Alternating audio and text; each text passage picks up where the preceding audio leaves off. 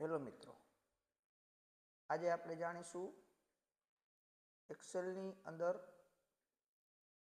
ફાઇલને સેવ કેવી રીતે કરવી। પછી रिबिन डिस्प्ले ओपन का क्या उपयोग है, એટલે કે रिबिन डिस्प्ले નો શું ઉપયોગ છે। एक सेल से दूसरे सेल में नेविगेट कैसे करें, એટલે કે એક્સેલની અંદર જે સેલ છે એ એક સેલમાંથી બીજા સેલમાં આપણે કેવી રીતે જવું। सेल में कैसे लिखे, એટલે કે સેલની અંદર લખવું કેવી રીતે। एक सेल या सेल की रेंज को कैसे सिलेक्ट करें, એટલે કે એક સેલ અથવા એથી વધારે સેલને સિલેક્ટ કેવી રીતે કરવા। एक से ज़्यादा अलग अलग सेल को कैसे सिलेक्ट करें, એટલે કે એકથી વધારે અલગ અલગ સેલને સિલેક્ટ કેવી રીતે કરવા। તો સૌપ્રથમ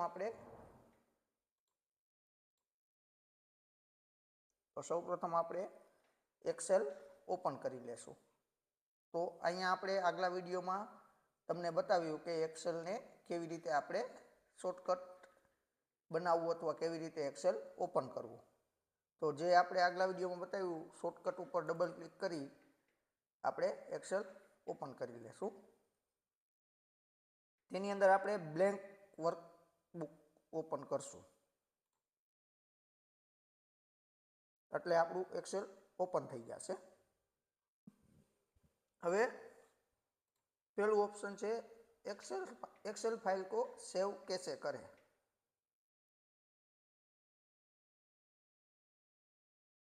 तो एमएस एक्सेल की फाइल को सेव करने के लिए सबसे पहले फाइल मेनू में क्लिक करें।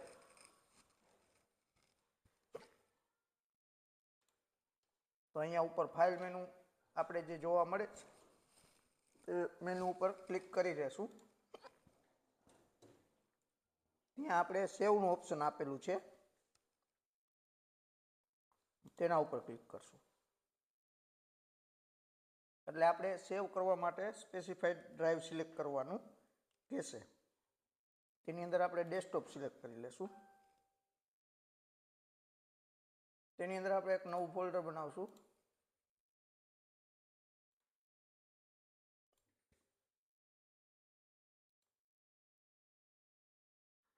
જેનું નામ આપણે આપશું MS एक्सेल। તે ફોલ્ડર સિલેક્ટ કરી અને આપણે જે ફાઇલ એક્સેલની સેવ કરવાની છે તેનું નામ આપી દેશું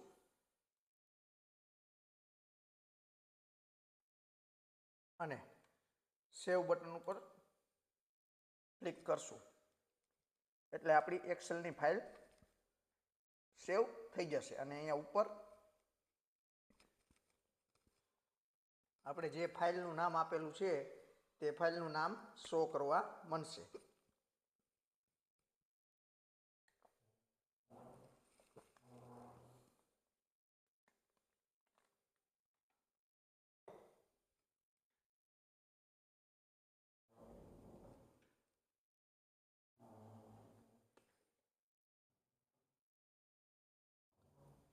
MS एक्सेल की फाइल को सेव करने के लिए शॉर्टकट की Ctrl+S। અહીંયા Ctrl+S દબાવશો તો પણ આપણે જે વર્ક કરેલું છે એક્સેલની અંદર તે સેવ થઈ જશે। હવે બીજો ટોપિક છે रिबिन डिस्प्ले ऑप्शन का क्या उपयोग है। MS एक्सेलની અંદર रिबिन डिस्प्ले એટલે કે આપણે જે આ ફાઇલ હોમ પેજ વગેરે જે ડિસ્પ્લે આપણે શો કરે છે તેનો શું ઉપયોગ થાય। તો રિબિન ડિસ્પ્લેને આપણે અહીંયા જે શો કરે છે અહીંયા એક એરો આપેલો છે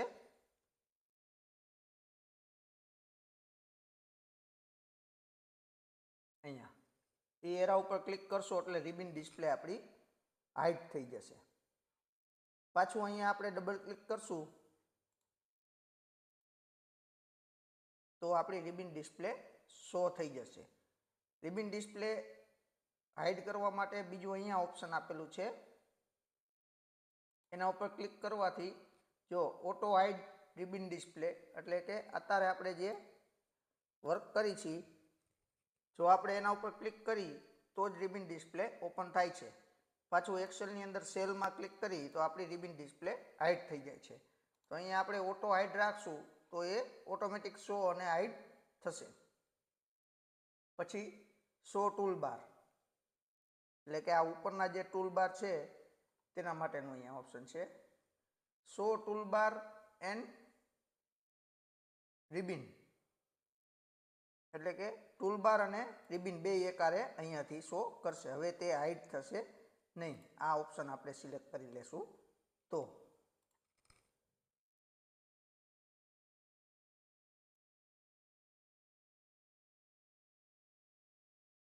હવે શો ટૂલબારની શોર્ટકટ કી છે કંટ્રોલ F1. કંટ્રોલ F1 આપણે ક્લિક કરશું તો પણ ટૂલબાર શો કરવા માટેનું ઓપ્શન ખુલી જશે.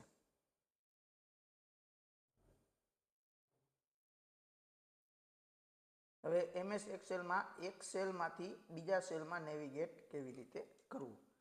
તો આપણે આગલા વિડીયોમાં તમને સમજાવ્યું કે સેલ કોને કહેવાય, રો કોને કહેવાય, કોલમ કોને કહેવાય વગેરે.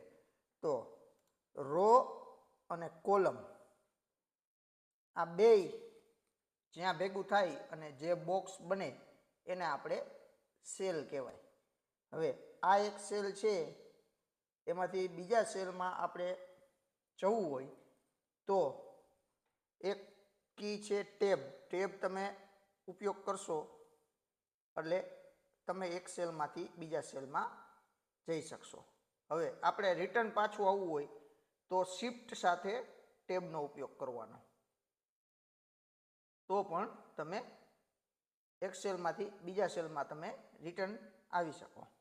એવી રીતે એરો કી છે.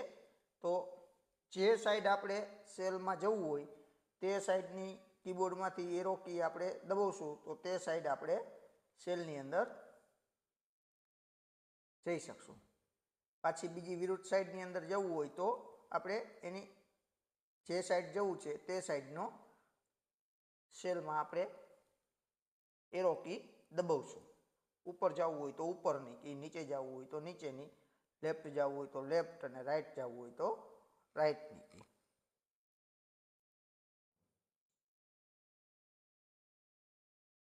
હવે MS एक्सेल में सेल में कैसे लिखे तो આપણે આ સેલની અંદર લખવું કેવી રીતે.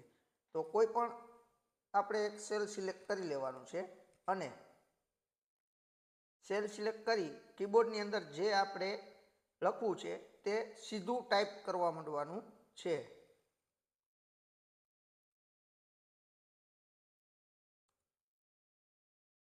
આપણે લખેલું છે. હવે આપણે ટેબ દબાવશું તો આપણે જે લખેલું છે તે સેલમાંથી સેકન્ડ સેલની અંદર આપણે વહી જશું.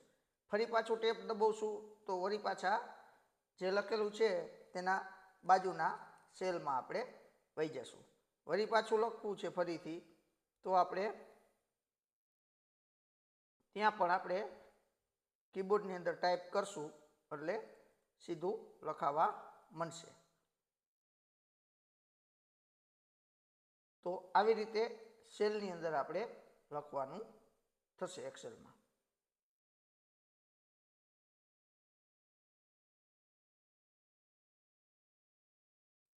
હવે છે MS एक्सेल में एक सेल या सेल की रेंज को कैसे सिलेक्ट करें.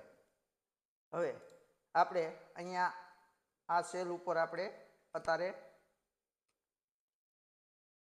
કર્સર રાખેલું છે. હવે આ સેલમાંથી આપણે અલગ અલગ 5 સેલ સિલેક્ટ કરવા હોય તો એક ઓપ્શન છે માઉસની રાઈટ ક્લિક કરી અને જે બાજુ સેલને જેટલા સેલને સિલેક્ટ કરવા છે તે બાજુ માઉસનો કર્સર લઈ જવાથી આપણા સેલ સિલેક્ટ થઈ જશે. બીજી રીત છે, જે સેલમાં આપણું સિલેક્શન છે ત્યારથી શિફ્ટ કી સાથે જે બાજુ આપણે સેલ સિલેક્ટ કરવા છે તે બાજુનો એરો પ્રેસ કરતા આપણા સેલ સિલેક્ટ થઈ જશે.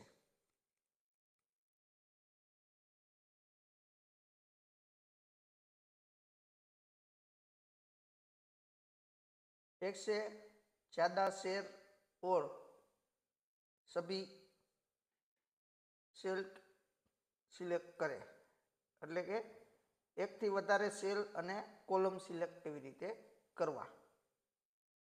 તો તેમાં પણ આપણે શિફ્ટ કી સાથે જેવી રીતે સેલ આપણે જે બાજુ જાય છે તે બાજુ સિલેક્ટ કરી નીચે કોલમ સિલેક્ટ કરવા માટે આપણે ડાઉન એરો દબાવશું એટલે સેલ અને કોલમ બંને સિલેક્ટ થઈ જશે. અથવા તો સેલને અહીંયાથી પણ સિલેક્ટ કરી શકાય કે એક સેલ છે,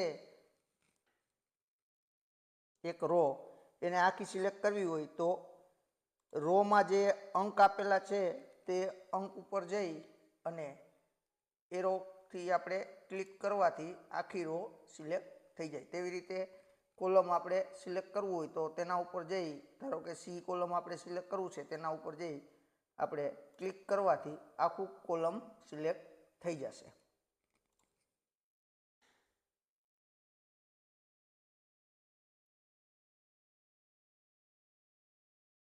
ત્યાર પછી एक से ज़्यादा रो और कॉलम के अलग अलग सेल को सिलेक्ट कैसे करें. હવે આપણે અહીંયા લખી નાખી અલગ અલગ.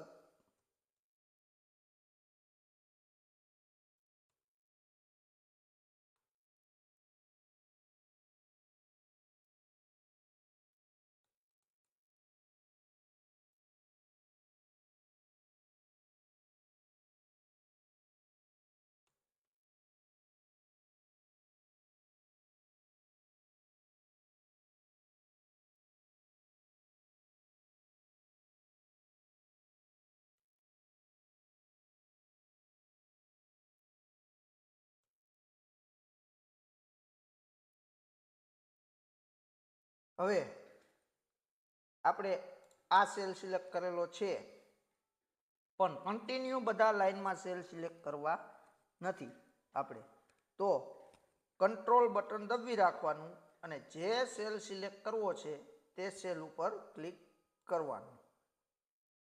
કંટ્રોલ કન્ટિન્યુ દબાવી રાખવાનું રહેશે. જો કંટ્રોલ આપણે દબાવી રાખ્યું અને જે સેલ સિલેક્ટ કરવો છે તે સેલ ઉપર આપણે ક્લિક કર્યું તો જેટલા સેલ આપણે સિલેક્ટ કર્યા છે તે સેલ સિલેક્ટ થઈ ગયા છે. હવે એને ડિલીટ કરવું હોય, જો આપણે સેલ સિલેક્ટ કરેલા તેના ઉપર ડિલીટ આપણે આપીશું એટલે એટલા આંકડા આપણા જે લખેલા છે રાઇટિંગ કરેલા તે ડિલીટ થઈ જશે. પછી પૂરી કોલમ કો કેસે સિલેક્ટ કરે. તો જે આ કોલમ આપેલી છે, આપણે આગલા વિડીયોમાં તમને બતાવેલું છે મેં કે કોલમ કેને કહેવાય અને રો કેને કહેવાય.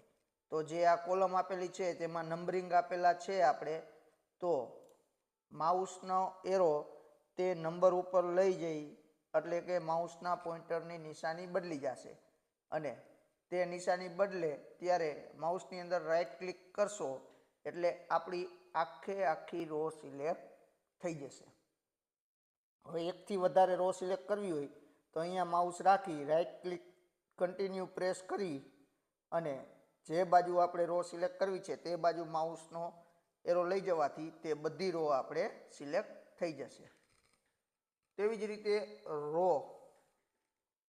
જ રીતે કોલમ, તો કોલમ ઉપર પણ જે આપણે માઉસનો એરો લઈ જઈ અને એરો બદલે એટલે ક્લિક કરતા આપણો આખું કોલમ સિલેક્ટ થઈ જશે. હવે એકથી વધારે કોલમ સિલેક્ટ કરવા હોય તો જે બાજુ આપણે કોલમ સિલેક્ટ કરવા છે તે બાજુ માઉસનું કર્સર લઈ જતા આપણા કોલમ સિલેક્ટ થઈ જશે.